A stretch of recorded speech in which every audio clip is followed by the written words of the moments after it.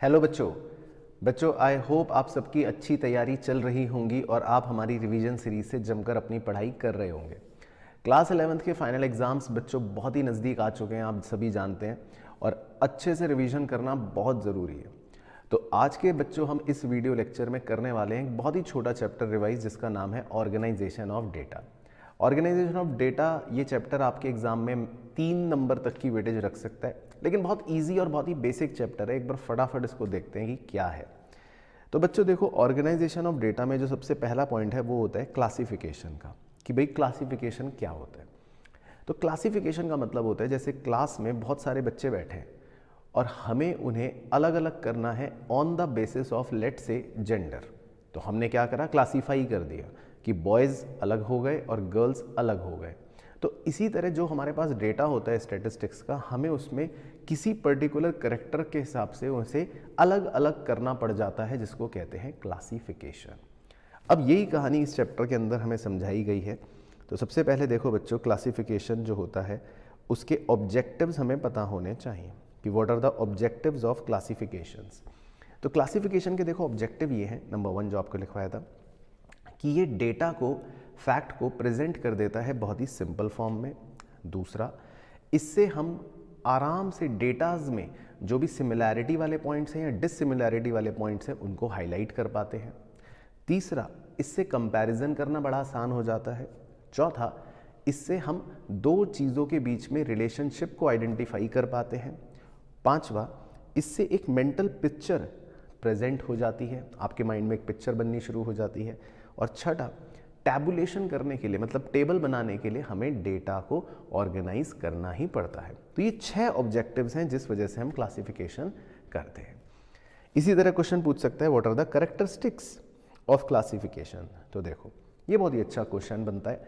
तो इसके कुछ मेन पॉइंट्स आपको पता होने चाहिए। पहला, कि क्लासिफिकेशन शुड नॉट बी अनएम्बिग्यूअस, यानी कि एम्बिग्यूटी किसे कहते हैं। एम्बिग्यूटी का यहाँ पर एक मैंने एग्जांपल दिया था कि भाई जिसमें कोई रूम फॉर डाउट ना हो। जैसे मान लो मैंने बोल दिया कि कॉफ़ी कुछ बच्चे पीते हैं, अब ये कोई डेटा तो नहीं है, ये तो एक एम्बिग्यूअस बात हो गई, मतलब कि इसमें तो डाउटफुल बात हो गई कि कुछ का मतलब क्या, 2 बच्चे कि 200 बच्चे। तो डेटा जो है वो अनएम्बिग्यूअस होना चाहिए। तो क्लासिफिकेशन जो हम करते हैं डेटा की वो अनएम्बिग्यूअस होनी चाहिए, मतलब कि there should be no doubt for ambiguity. दूसरा, क्लासेस मस्ट नॉट ओवरलैप। अब क्लासेस ओवरलैप नहीं करनी चाहिए।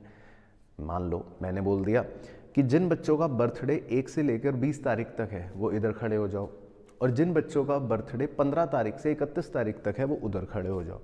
अब मान लो जिसका बर्थडे 17 तारीख को है वो कहे सर मैं इधर जाऊं कि मैं उधर जाऊं, तो क्लासेस ओवरलैपिंग अगर हो गई तो गड़बड़ हो गई। तो क्लासेस मस्ट नॉट ओवरलैप। तीसरा, क्लासिफिकेशन शुड बी स्टेबल।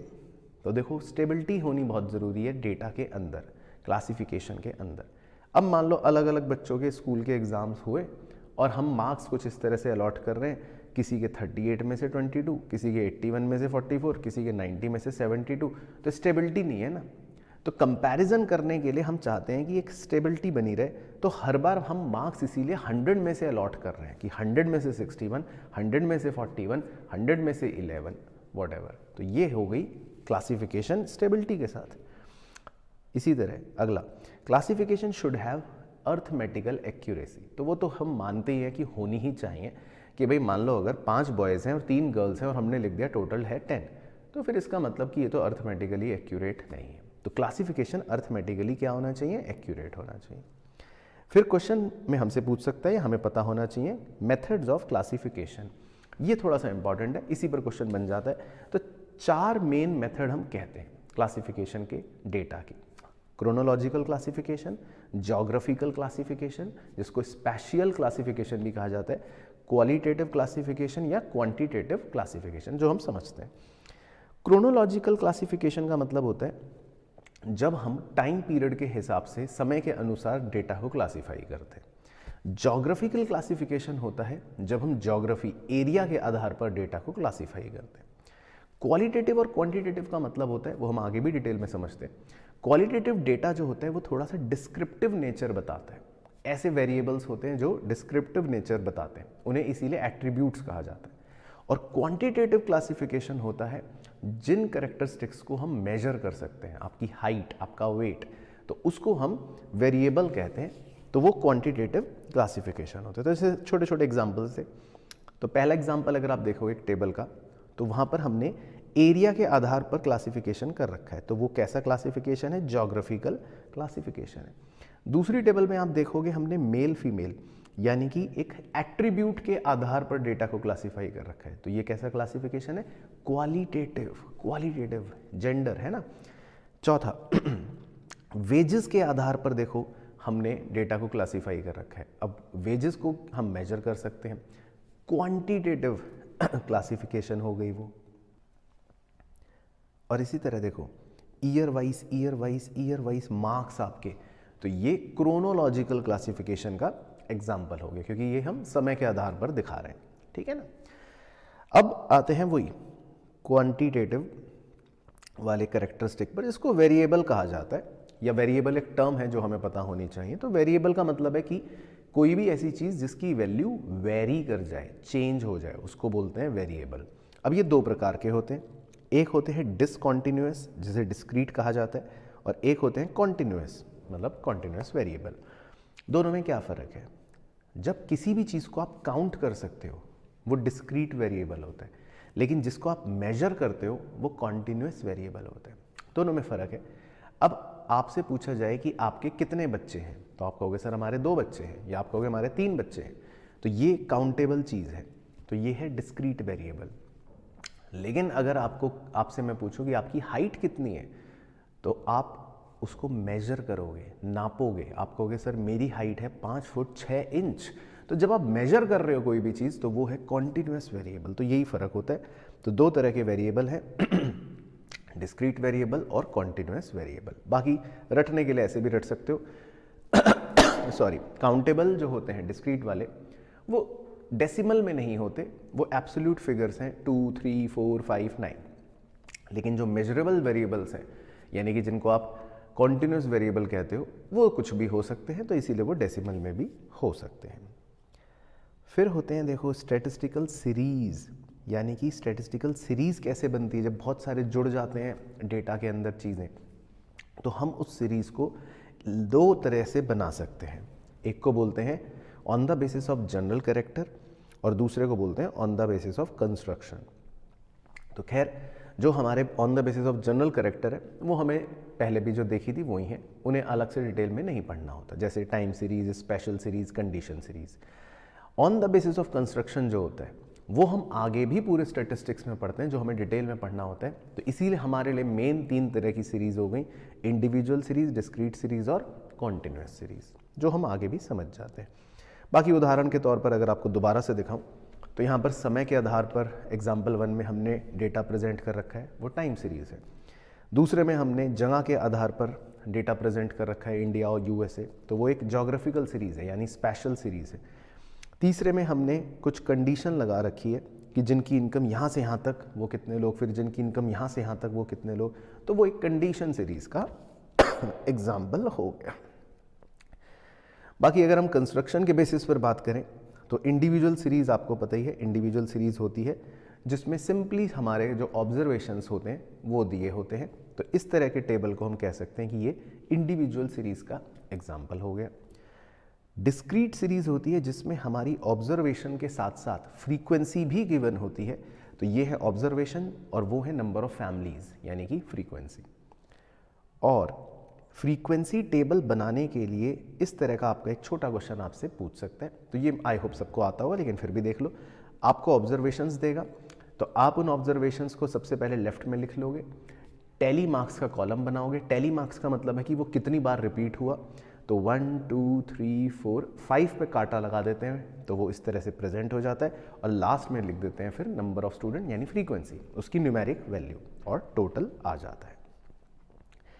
तीसरी होती है बच्चों हमारी आखिरी प्रकार की कॉन्टिन्यूअस सीरीज़, जो हम सबको अच्छे से पता होनी चाहिए, क्योंकि कॉन्टिन्यूअस सीरीज़ के अंदर inclusive series, exclusive series, mid value series, open ended series और क्यूमुलेटिव सीरीज़, मतलब अलग अलग प्रकार की होती हैं और क्वेश्चन में कोई सी भी आपसे कुछ भी पूछ लेता है।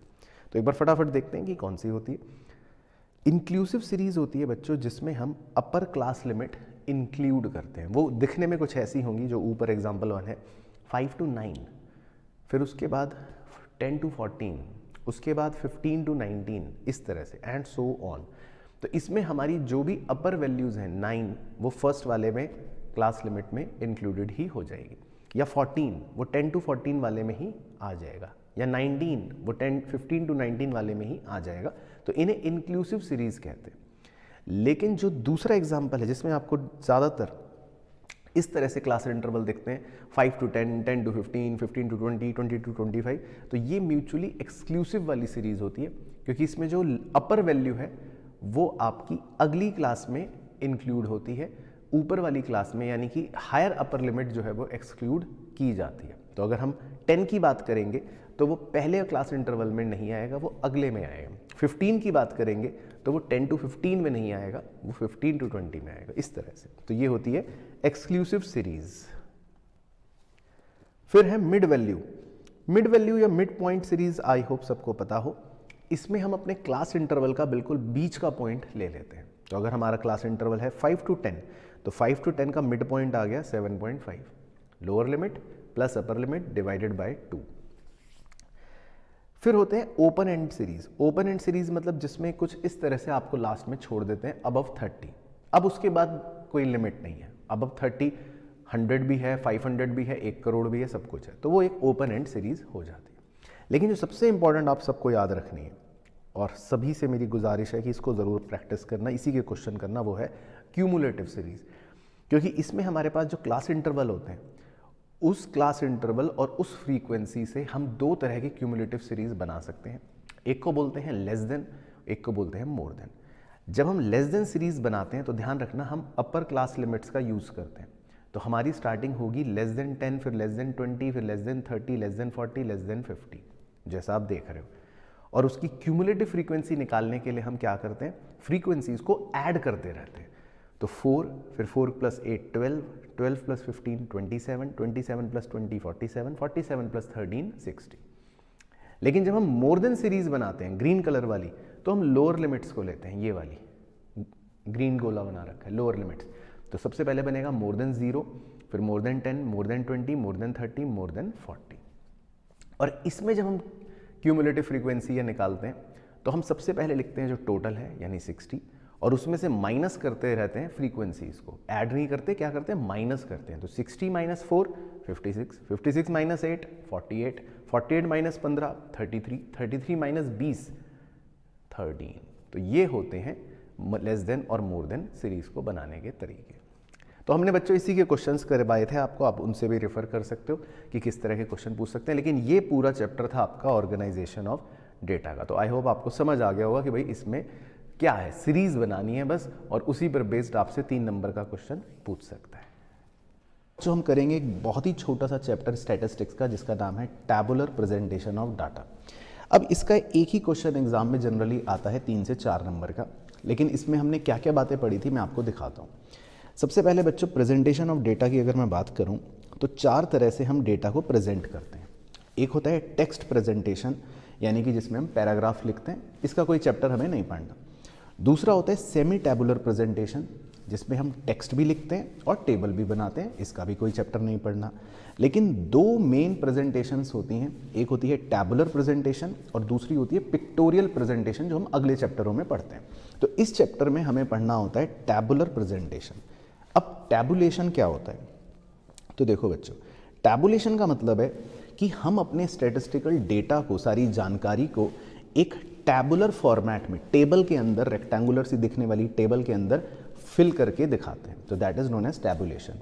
अब क्वेश्चन ये पूछ सकता है थ्योरी के अंदर कि इसका ऑब्जेक्टिव क्या है, तो वो मैंने आपको लिखवाया था कि देखो ये हमारे कॉम्प्लेक्स डाटा को ईजी कर देता है, सिंप्लीफाई कर देता है।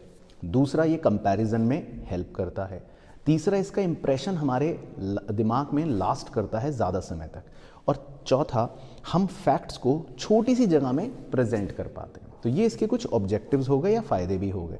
बाकी एक अच्छी टेबल के एसेंशियल्स क्या हैं, एक अच्छी टेबल कैसी होनी चाहिए, तो हम कहेंगे अच्छी टेबल अट्रैक्टिव होनी चाहिए, उसका साइज़ मैनेजेबल होना चाहिए, उसमें कंपैरिजन आसानी से किया जा सके, वो हमारे ऑब्जेक्टिव के हिसाब से बनाई गई हो और उसको समझना बहुत आसान हो, यानी कि ईजिली अंडरस्टैंडेबल हो। उसके बाद बच्चों जो हमने पढ़ा था पॉइंट, वो 100% एग्जाम में आता है थ्योरी में, तो इसको ज़रूर लर्न कर लेना। थ्योरी आएगी तो यही आएगी और कुछ नहीं आएगी कि टेबल के कितने पार्ट्स होते हैं और क्या होते हैं। तो देखो, टेबल के बहुत सारे पार्ट्स आपको लिखवाए थे। पहला होता है टेबल नंबर, जो अभी दिखाऊंगा। दूसरा होता है टाइटल, जो हम सबसे ऊपर लिखते हैं, मेन हेडिंग। फिर होते हैं कैप्शन, यानी कि कॉलम्स की हेडिंग। फिर होते हैं स्टब, यानी कि जो रो है उसकी हेडिंग। फिर होती है body of the table. Body of the table मतलब जिसमें सारा इंफॉर्मेशन, न्यूमेरिकल डेटा होता है। छठा होता है हेड नोट या प्रिफरेटरी नोट। ये हम कुछ अगर ज़रूरत पड़ती है तो लिखते हैं, नहीं तो नहीं लिखते। जैसे सारी रुपीज़ मिलियन में है तो इस तरह की डेटा इंफॉर्मेशन लिख देते हैं। सातवां होता है फुट नोट।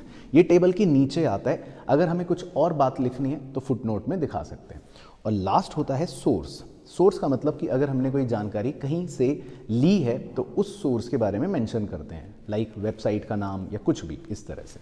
तो एक डेमो देखो यहाँ पर आपको दिखा रखा है। टेबल नंबर आ गया, टाइटल आ गया, फिर उसके नीचे हेड नोट अगर कुछ है तो, कॉलम के हेडिंग को कहते हैं कैप्शन, जैसा आप देख रहे हो, और उसके अंदर छोटे छोटे कॉलम्स जो हैं उनकी हेडिंग को बोल सकते हैं सब कैप्शन। बाकी जो रो है यहाँ पर, इस रो की हेडिंग को बोलते हैं स्टब, और इसके अंदर होती हैं स्टब एंट्रीज। बाकी जो बीच में पूरा डेटा है उसको बोलते हैं बॉडी, और फिर नीचे आता है फुटनोट, और सबसे नीचे आता है सोर्स। तो ये आपको याद रखना है। बाकी बात करूँ टेबल के टाइप की, तो टेबल के टाइप से हमें कोई ज़्यादा मतलब नहीं है। ये थ्योरेटिकल बात बताई थी कि जनरल पर्पस टेबल हो सकती है, स्पेशल पर्पस टेबल हो सकती है। ओरिजिनलिटी की बात करें तो ओरिजिनल टेबल हो सकती है या डेरिवेटिव टेबल हो सकती है।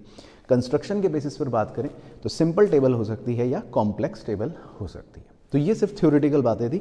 हालांकि हमारे एग्ज़ाम के अंदर हमें क्वेश्चन देता है जिसको हमें बस एक टैबुलर फॉर्मेट में पुट करना पड़ता है। तो मैं एक छोटा सा डेमो दिखाता हूँ आपको क्वेश्चन का, जो मैंने आपको क्लास में भी करवाया था। तो आपका बच्चों इस तरह का एक क्वेश्चन आता है जिसमें आपको कुछ जानकारी देगा कि एक टाउन ए है, एक टाउन बी है, यहाँ पर इतनी महिलाएं हैं, यहाँ पे इतने पुरुष हैं, ये कॉफ़ी पीते हैं, ये कॉफ़ी नहीं पीते, मतलब कुछ भी इस तरह का एक क्वेश्चन होगा। आपको क्या करना है, आपको एक क्वेश्चन को एनालाइज करके एक फ्लो चार्ट बनाने की पहले कोशिश करनी चाहिए। वो फ्लो चार्ट कुछ इस तरह का दिखेगा। जैसे कि मान लेते हैं कि टाउन ए है, टाउन ए में 40 फीमेल है, 60 मेल हैं, जिसमें से मेल में फीमेल में इतनी कॉफ़ी पी रही हैं, इतनी नहीं पी रही हैं। इसी तरह मेल में भी, या टाउन बी बना लिया, उसमें इतने फीमेल हैं, इतने कॉफ़ी पीती हैं, इतने मेल्स हैं, इतने कॉफ़ी पीते हैं। इस तरह का आपने एक फॉर्मेट बना लिया फ्लो चार्ट के फॉर्म में। फिर इसको फिल करना है अपनी मेन टेबल में, जो आपका मेन सॉल्यूशन होगा। अब वो टेबल कैसी दिखती है, वो आपकी टेबल कुछ कुछ इस प्रकार की दिखती है। अब इसको आप किसी भी तरह से बना सकते हो। लेट से आपने रोज़ में लिख लिया कॉफ़ी और नॉन कॉफ़ी, और ऊपर मेन हेडिंग्स में आपके आ गए टाउन ए, टाउन बी। टाउन ए के अंदर मेल फीमेल लिख लिया, टाउन बी के अंदर मेल फीमेल लिख लिया, और हर फ्लो चार्ट की इंफॉर्मेशन के हिसाब से वो सारी फिगर्स यहाँ पर फिल कर दी। नीचे के लास्ट के कॉलम को और उधर के लास्ट के कॉलम में टोटल बना देते हैं, थोड़ा अच्छा लगता है, और इस तरह की टेबल आपकी बन जाती है। ऑल्टरनेटिवली इसका दूसरा सॉल्यूशन भी था, आप अपनी टेबल को ऐसे भी बना सकते हो। तो ये मैंने आपको बताया था कि टेबल बनाने का तरीका। तो इस चैप्टर में बस आपको टैबुलेशन करनी है, और टैबुलेशन के लिए इस तरह के क्वेश्चन की कुछ प्रैक्टिस करनी है, और आपसे क्वेश्चन पूछेगा या तो टेबल के पार्ट्स या फिर टैबुलेशन करके दिखाओ। तो बस इस चैप्टर में आपको बस इतना सी काम करना था। तो आज हम स्टैटिस्टिक्स के एक ऐसे चैप्टर का रिवीजन करेंगे जो बेसिकली दो पार्ट्स में डिवाइडेड है। जैसा कि आप देख रहे हैं, एक है आपका चैप्टर 6 जो है डायग्रामेटिक प्रेजेंटेशन का, जबकि दूसरा इसका पार्ट जो है वो है पिक्टोरियल प्रेजेंटेशन का। यानी कि हम पूरे प्रेजेंटेशन वाले टॉपिक को आज कवर करेंगे, जिसकी फाइनल एग्जाम्स में वेटेज लगभग 6 नंबर तक की आ सकती है। तो सबसे पहले मैं आपको डायग्रामेटिक प्रेजेंटेशन या पिक्टोरियल प्रेजेंटेशन की कहानी बताता हूँ। इसके अंदर बच्चों दो तरह से प्रेजेंटेशंस होती हैं। एक होते हैं जिसमें हम डायग्राम्स बनाते हैं, और दूसरे होते हैं जिसमें हम ग्राफ्स बनाते हैं, यानी ग्राफिकल प्रेजेंटेशन। अब जब हम डायग्राम्स की बात करते हैं तो डायग्राम हमारे 1 डायमेंशन, 2 डायमेंशन या 3 डायमेंशन हो सकते हैं। 1 डायमेंशन जो हमारे सिलेबस में है उसमें हमें 6 तरह के 6 टाइप्स के डायग्राम्स बनाने हैं, जबकि 2 डायमेंशन के अंदर हमें सिर्फ एक पाई डायग्राम होता है, वो बनाना होता है। बाकी 3 डायमेंशनल डायग्राम्स हमारे कोर्स के अंदर नहीं है, तो हमें वो बनाने के लिए नहीं आएंगे।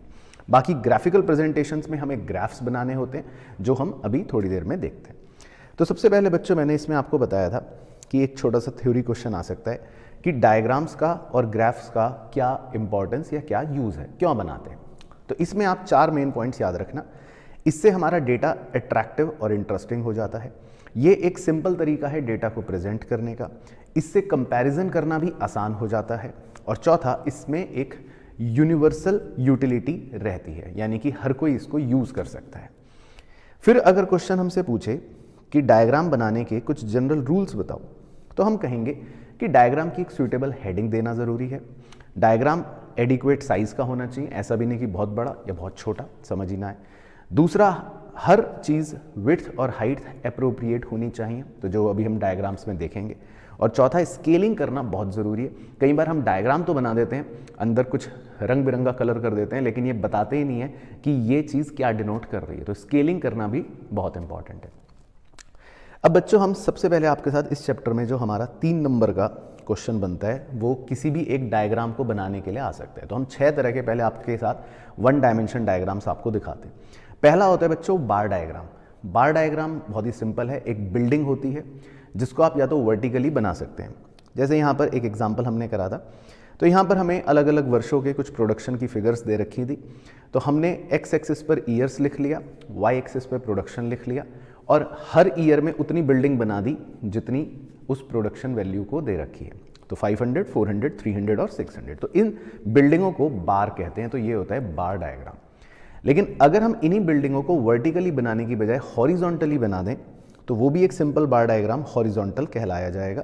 तो उस केस में फिर आपका डायग्राम कुछ कुछ ऐसा नज़र आ जाएगा। तो ये आपकी चॉइस है कि आप कैसा भी बना सकते हो। दूसरा होता है सब डिवाइडेड बार डायग्राम। ये इंपॉर्टेंट है एग्जाम के लिए। अब सब डिवाइडेड बार डायग्राम का मतलब होता है कि इसमें हम एक ही बार को डिवाइड कर देते हैं। अब जैसे आप इसमें यहाँ ध्यान से देखें अगर, तो 2015 में हमारे इंग्लिश, मैथ्स और हिंदी के मार्क्स दे रखे हैं 17। तो इंग्लिश में है 10 मार्क्स, मैथ्स में है 2 मार्क्स और हिंदी में है 5 मार्क्स। तो हमने एक बड़ा सा बार बनाया टोटल 17 मार्क्स का, और उसको डिवाइड कर दिया। 10 मार्क्स तक इंग्लिश है, फिर उसके बाद 2 नंबर मैथ्स के और आ गए और 5 नंबर हिंदी के और आ गए। अब हमने एक ही बार को डिवाइड कर दिया 3 चीज़ों में। तो हमें इसकी स्केलिंग करके बताना पड़ेगा कि जो हमने ऐसे डायगोनल डिज़ाइन बनाया है वो इंग्लिश का है, जो वर्टिकल लाइन डिज़ाइन बनाया है वो मैथ्स का है, और जो डॉट्स बनाए हैं वो हिंदी को डिनोट कर रहे हैं। तो इस तरह से हमने हर साल के बार को डिवाइड कर लिया था। अब आप सोच रहे होंगे सर लास्ट के 2 बार क्यों नहीं डिवाइडेड हैं? तो जिन्होंने क्लास लेक्चर करा था उन्हें पता होगा कि ये मैंने आपको दिया था कि आप खुद बनाओ अपने आप। और मुझे पता है आपने भी अपने रजिस्टर में नहीं बनाया होगा, आपके भी ऐसे ही खाली चल रहे होंगे। लेकिन इसको बोलते हैं सब डिवाइडेड बार डायग्राम। तीसरे होते हैं बच्चों मल्टीपल बार डायग्राम।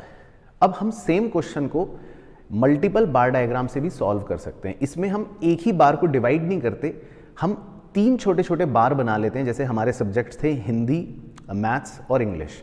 तो इस बार हम क्या कर रहे हैं, अगर आप देखें 2016 में हमने एक बार को डिवाइड नहीं करा।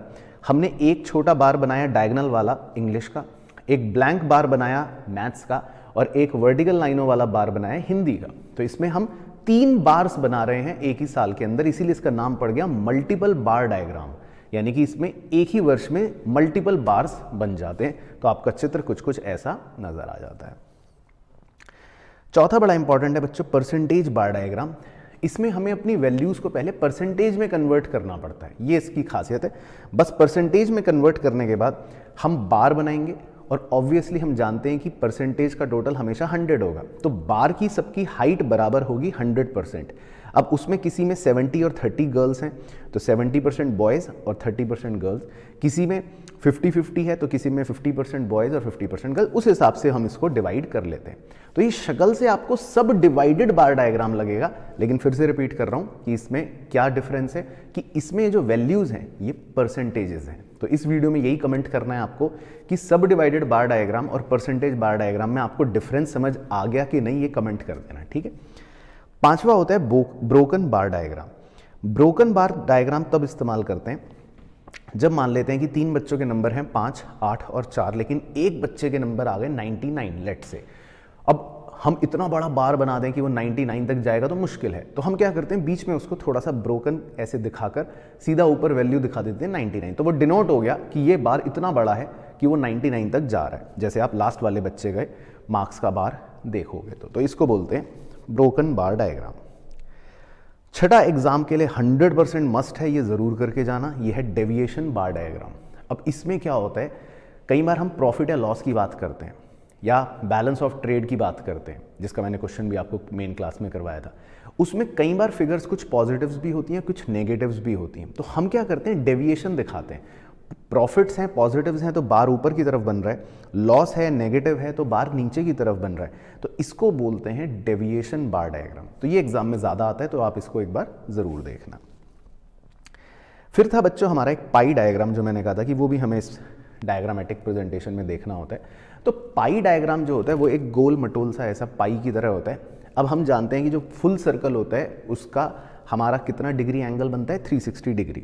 तो हमें हर आइटम को पहले डिग्रीज में कन्वर्ट करना पड़ता है। तो इसमें आपकी खासियत ये है, लेट्स से कि आपके 4 सब्जेक्ट्स के मार्क्स दे रखे हैं, 40, 60, 50 और 50। तो आपको पहले इसका टोटल करना है, वो है 200, और हर मार्क्स की डिग्री बनानी है। और डिग्री कैसे बनानी है वो रेड कलर से फोकस कर लेना। जो भी आपके मार्क्स हैं 40, उसको डिवाइड करना है टोटल से 200 इंटू 360 डिग्री, तो वो आ गया 72 डिग्री। इसी तरह 60 मार्क्स बन गए 108 डिग्री, 50 मार्क्स बन गए 90 डिग्री एंड सो ऑन। अब इन डिग्रीज को जब हम एक गोले के अंदर प्लॉट करते हैं तो कुछ कुछ इस तरह से आपका बार डायग्राम नजर आना शुरू हो जाता है। यानी कि जो 108 डिग्री है वो आ गया, 90 डिग्री आ गया, 90 डिग्री आ गया, 72 डिग्री आ गया, और फिर हम उनकी स्केलिंग कर देते हैं कि कौन सी चीज़ क्या है। तो ये बेसिकली होता है हमारा पाई डायग्राम। तो आई होप आपको डायग्राम्स पहले अच्छे से समझ आ गए होंगे कि क्या क्या डायग्राम्स हैं। अब इसके बाद बच्चों हमने पढ़ा था अपना ग्राफिकल प्रेजेंटेशन, यानी कि जिसमें हमें ग्राफ्स बनाने थे। तो मैंने इसमें आपको बताया था बच्चों कि हमारे सिलेबस के अनुसार हमें फ्रीक्वेंसी डिस्ट्रीब्यूशन के ग्राफ बनाने होते हैं, जो बेसिकली हमारे कोर्स में 5 तरह के होते हैं। तो एक बार हम ग्राफ्स को भी देखते हैं कि किस तरह से हमारे को 5 प्रकार के ग्राफ बनाने। तो अगर मैं पहले ग्राफ के कंस्ट्रक्शन की बात करूं तो ये तो मैं मान के चलता हूं कि सबको पता ही है कि इसमें 4 क्वाड्रेंट्स होते हैं, दोनों की वैल्यूज पॉजिटिव तो quadrant 1, x negative y positive तो क्वाड्रेंट 2, एक्स और वाई दोनों ही नेगेटिव तो क्वाड्रेंट 3, और एक्स पॉजिटिव और वाई नेगेटिव तो क्वाड्रेंट 4। अब हमें जब ग्राफ बनाने हैं तो वो कौन कौन से बनाने, एक बार वो आपको अच्छे से दिखा देते हैं। तो सबसे पहले बच्चों हमें जो ग्राफ बनाना होता है उसका नाम है हिस्टोग्राम।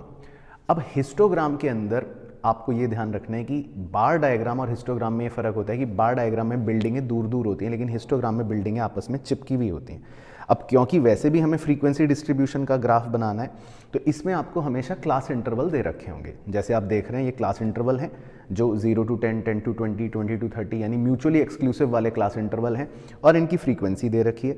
तो इस तरह से आपका एक हिस्टोग्राम नज़र आ जाएगा, जिसमें हर क्लास इंटरवल के ऊपर उतने लेवल तक का आपको एक तरह से बिल्डिंग नज़र आ जाएगी जितनी उसकी फ्रीक्वेंसी है। तो दिस इज हिस्टोग्राम।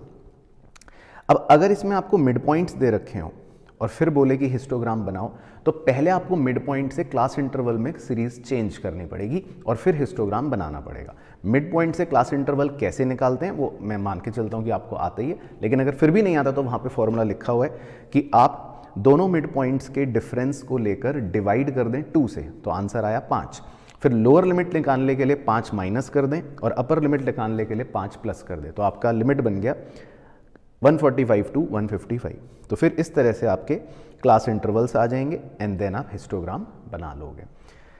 अगर आपको क्लास इंटरवल दे रखे हैं कुछ इस प्रकार से, जिसमें आप कह सकते हो कि अनइक्वल क्लास इंटरवल्स हैं, यानी शुरू में आप देखो तो सिर्फ 5 का गैप है, फिर बीच में 10 का गैप हो गया 30 to 40, और फिर तो 40 to 60 और 60 to 80 20 का गैप हो गया। तो हमें अपनी फ्रीक्वेंसीज को एडजस्ट करना पड़ता है। अब जैसे जो सबसे छोटा गैप है वो है 5 का, तो जैसे 10 to 15 फ्रीक्वेंसी है 7 तो वो 7 रहेगा, 15 to 20 फ्रीक्वेंसी है 19 तो वो 19 रहेगा। लेकिन जब 30 to 40 हो गया लाल रंग वाला, यानी कि 10 का गैप है और उसकी फ्रीक्वेंसी है 12, तो अब हमें उसको गैप को आधा करने के लिए 2 से डिवाइड करना पड़ेगा, तो एडजस्टेड फ्रीक्वेंसी बन गई 6। इसी तरह जब 40 to 60 20 का गैप है और उसकी फ्रीक्वेंसी है 12 और हमारा मिनिमम गैप है 5 का, तो हमें 4 से डिवाइड करना पड़ेगा और आंसर आ गया एडजस्टेड फ्रीक्वेंसी का 3। तो इसकी थोड़ी प्रैक्टिस करना, तो फिर आपको जो हिस्टोग्राम नजर आएगा वो कुछ कुछ ऐसा नज़र आएगा। ये आपका हिस्टोग्राम होगा। तो 5 to 10, 10 to 15, 15 to 20, 20 to 25, 25 to 30 में तो नॉर्मल बार है 5-5 के गैप के ऊपर। फिर 30 to 40 में कंप्लीट एक बड़ा ग्रीन रंग का बार है 6 फ्रीक्वेंसी एडजस्टेड वाली। 40 to 60 में फिर एक और 3 फ्रीक्वेंसी, और 60 to 80 में एक और 2 फ्रीक्वेंसी एडजस्टेड वाली ऐसे नज़र आएगी। तो ये भी स्पेशल क्वेश्चन है, ये ध्यान रखना। अच्छा, 14 एग्जाम्पल आपको बताया था कि कभी कभी सीरीज म्यूचुअली इंक्लूसिव दे रखी होती है, यानी 5 to 9, 10 to 14, 15 to 19 इस तरह से। तो आप उसको म्यूचुअली एक्सक्लूसिव में कन्वर्ट कर लोगे जैसा यहाँ पर दे रखा है, और फिर अपना हिस्टोग्राम बना लोगे। तो ये हो गए हिस्टोग्राम के प्रकार। अब दूसरा होता है बच्चों line frequency curve. Line frequency curve में हमारे पास डिस्क्रीट सीरीज होती है जैसे यहाँ पर दे रखी है, और इसमें हम फ्रीक्वेंसी के लेवल को मार्क करके हिस्टोग्राम नहीं बनाते, सिर्फ एक लाइन खींच देते हैं जैसा आपको डायग्राम पे नजर आ रहा है। तो जिसकी जितनी फ्रीक्वेंसी उसकी लाइन वहां तक पहुंच जाएगी, तो इसको बोलते हैं लाइन फ्रीक्वेंसी कर्व। अब तीसरा होता है बड़ा इंपॉर्टेंट फ्रीक्वेंसी पॉलीगॉन। ये दो तरह से बनाया जा सकता है, एक है विद हिस्टोग्राम, एक है विदाउट हिस्टोग्राम। इसमें कोई अंतर नहीं है वैसे तो। विद हिस्टोग्राम और विदाउट हिस्टोग्राम में बस फर्क ये है कि अगर आप विद हिस्टोग्राम बनाते हैं तो पहले आप सारे हिस्टोग्राम बना लेंगे जैसा मैंने यहाँ पे बताया था, और उन हिस्टोग्राम के मिड पॉइंट्स को मार्क करके एक लाइन ड्रॉ कर देंगे जो सारे हिस्टोग्राम के मिड पॉइंट्स को ज्वाइन करके जा रही होगी जैसा आप वहाँ पर देख रहे हो। बाकी इसमें एक प्रॉपर्टी आपको लिखवाई थी अगर याद हो कि area excluded from histogram is equal to the area included under frequency polygon curve. जो मैंने समझाया भी था कि वो जितने हरे हरे हरे रंग के पोर्शंस हैं जो हिस्टोग्राम से एक्सक्लूड हो रहे हैं वो हमारे मतलब बराबर होंगे वो पर्पल रंग के रीजन से जो मतलब हमारे आ रहे हैं। तो ये एक प्रॉपर्टी है, तो खैर आप याद रखना, that's it. Area under histogram is equal to area under frequency polygon. अब उसी डायग्राम को अगर मैं बिना हिस्टोग्राम के बनाऊंगा, उसमें से हिस्टोग्राम रब कर दूंगा, तो फिर ये हमारे क्या नजर आ जाएंगे, फ्रीक्वेंसी पॉलीगॉन विदाउट हिस्टोग्राम। तो फ्रीक्वेंसी पॉलीगॉन किसी भी तरह से आपको बनाने को आ सकता है, या तो विदाउट हिस्टोग्राम या विद हिस्टोग्राम। बाकी इसमें हमें मिड पॉइंट्स निकालने पड़ते हैं जो मैंने यहाँ पर आपको निकाल के दिखा रखे हैं। अच्छा, चौथा होता है फ्रीक्वेंसी कर्व या स्मूथ फ्रीक्वेंसी कर्व जिसको बोलते हैं। तो ये भी एक तरह से फ्रीक्वेंसी पॉलीगॉन ही है, बस इसमें स्ट्रेट लाइन नहीं बनानी, इसमें हमें एक फ्री हैंड से लाइन बनानी है। तो बस यही इसमें थोड़ा सा डिफरेंस होता है। अगर आप ध्यान से ऑब्जर्व करो, यहाँ पर जो लाइन बना रहे हैं हम पॉइंट टू पॉइंट ज्वाइन कर रहे हैं, वो बिल्कुल स्केल से सीधी लकीर ज्वाइन कर रहे हैं, लेकिन फ्रीक्वेंसी कर्व के अंदर हम फ्री हैंड बिल्कुल मतलब स्केल से नहीं जोड़ना, एक फ्री हैंड स्मूथ कर्व बनाना है, इसलिए इसका नाम पड़ गया स्मूथ फ्रीक्वेंसी कर्व या फ्रीक्वेंसी कर्व। पांचवें बहुत इंपॉर्टेंट है बच्चों एग्जाम के लिए, इसकी प्रैक्टिस आप जरूर करना, इसका नाम है ओजाइव्स। ये दो टाइप के होते हैं। अब देखो इसमें हमारा क्या फंडा होता है, हमें क्लास इंटरवल और फ्रीक्वेंसी दे रखी होगी, तो आपको पहले क्लास इंटरवल्स और फ्रीक्वेंसी को कन्वर्ट करना है लेस देन वाली फ्रीक्वेंसी और क्यूमुलेटिव फ्रीक्वेंसीज में, और इसी तरह मोर देन वाली क्यूमुलेटिव फ्रीक्वेंसीज में। तो फिर आपकी दो सीरीज बन जाएंगी, एक रेड कलर वाली लेस देन वाली सीरीज और एक ग्रीन कलर वाली मोर देन वाली सीरीज। और उनकी जो क्यूमुलेटिव फ्रीक्वेंसीज होती हैं हमें उन्हें प्लॉट करना पड़ता है, और इस तरह से फिर आपको दो ओजाइव्स नजर आते हैं, एक लेस देन ओजाइव जो इस तरह की वैल्यू से ऊपर जा रहा होगा, एक मोर देन ओजाइव जो ग्रीन रंग वाली वैल्यू से इस तरह से नीचे आ रहा होगा। तो लेकिन इसमें यह ध्यान रखना एग्जाम के लिए इंपॉर्टेंट है। तो आपको एक क्वेश्चन दिया होगा और उससे आपको मोर देन और लेस देन सीरीज पहले बनानी होगी, वो मैं मान रहा हूँ कि आपको आती है, वेरी सिंपल। अगर किसी को नहीं भी आती तो भी सिखा देता हूँ। लेस देन सीरीज बनाने के लिए आप लोअर लिमिट्स लेते हो, लेस देन सीरीज बनाने के लिए आप अपर लिमिट लेते हो, यानी कि less than 10, less than 20, less than 30, less than 40 ऐसे, और फ्रीक्वेंसीज को ऐड करते रहते हो, जैसे 4, 4 + 4 8, 8 + 7 15, 15 + 10 25, 25 + 12 एंड सो ऑन। लेकिन जब आप मोर देन सीरीज बनाते हो तो आप लोअर लिमिट्स लेते हो, more than 0, more than 10, more than 20 ऐसे ऐसे, और उसमें टोटल को सबसे पहले लिखते हो 50, और उसमें से फ्रीक्वेंसीज माइनस करते रहते हो। 50 - 4 46, 46 - 4 42, 42 - 7 35, 35 - 10 25 एंड सो ऑन। तो एक बार आप इसकी प्रैक्टिस करना, और फिर इन वैल्यूज़ को हम प्लॉट करेंगे तो हमारे ओजाइव्स आ जाते हैं। बाकी इसकी प्रॉपर्टी होती है कि हम अगर दोनों ओजाइव्स एक जगह बनाएं, एक मतलब डायग्राम पर बनाएं, तो जहाँ ये ओजाइव्स कट करते हैं, इंटरसेक्ट करते हैं, उसको मीडियन कहते हैं। हालांकि ये आपसे कहेगा नहीं निकालने को, लेकिन ये जस्ट फॉर रेफरेंस मैंने आपको बताया था। तो ये हैं वो हमारे टोटलिटी में जो ग्राफ्स हमें पढ़ने थे। बाकी इसके अलावा मैंने टाइम सीरीज़ ग्राफ आपको कहा था कि हमारे सिलेबस में एज सच नहीं है, लेकिन वो कुछ कुछ इस तरह से नज़र आते हैं, आप नज़र मार लो, जिसमें हमें समय दे रखा होता है 2000 जैसे 11, 12 इस तरह से एंड सो ऑन, और हमें कुछ भी वेरिएबल की वैल्यू प्लॉट करनी पड़ती है, और अगर 2 वेरिएबल होंगे तो उस तरह से फिर 2 वैल्यूज़ प्लॉट करनी पड़ती है। जैसे आप क्रिकेट मैच देखते हो तो उसमें 2 टीम्स की रन रेट्स होते हैं, तो एक पहली टीम का एक दूसरी टीम का, तो वो इस तरह से नज़र आता है। तो ये बेसिकली हमारे बच्चों इस पूरे चैप्टर में डायग्राम्स और ग्राफ्स थे। तो आई होप आपको अच्छे से पूरा रिवीजन इस चैप्टर का हुआ होगा।